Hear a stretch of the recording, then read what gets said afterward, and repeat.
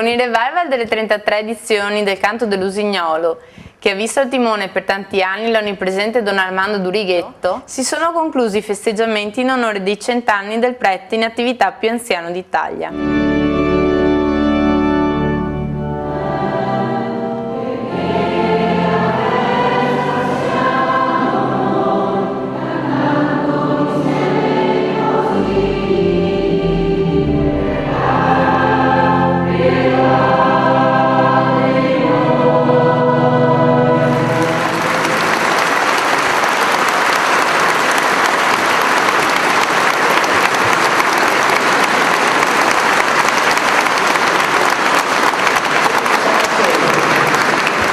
Toccante cerimonia religiosa, presenziata dal Vescovo di Treviso e dalle autorità civili e militari locali, fedeli ed amici hanno voluto portare i loro auguri ed omaggi al centenario Don Armando. Anche il vice sindaco di Musile ha voluto dedicare a Don Armando un pensiero personale. Caposile 9 maggio 2011. A Don Armando, un centenario cammino nella gioia del risorto, un instancabile servizio alla Chiesa e all'umanità, che è benedizione per cui render grazie. Riconoscenti auguriamo di cuore buon compleanno e buon 75° anniversario di sacerdozio a te Don Armando.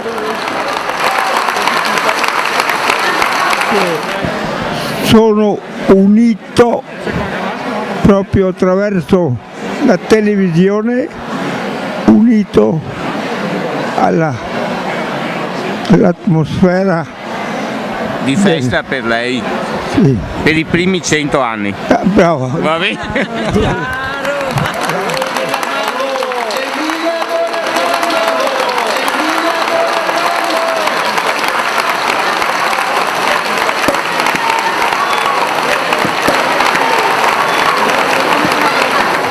A chiusura dei festeggiamenti, un gruppo di bambini ha voluto dedicare al nostro Monsignore alcuni brani canori.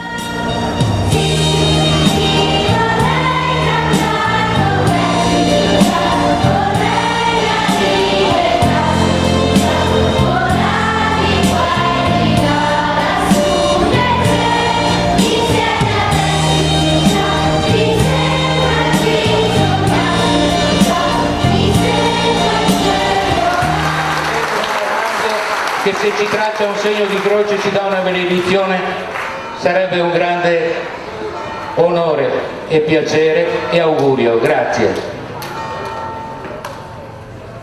Nel nome del Padre, del Figlio e dello Spirito Santo.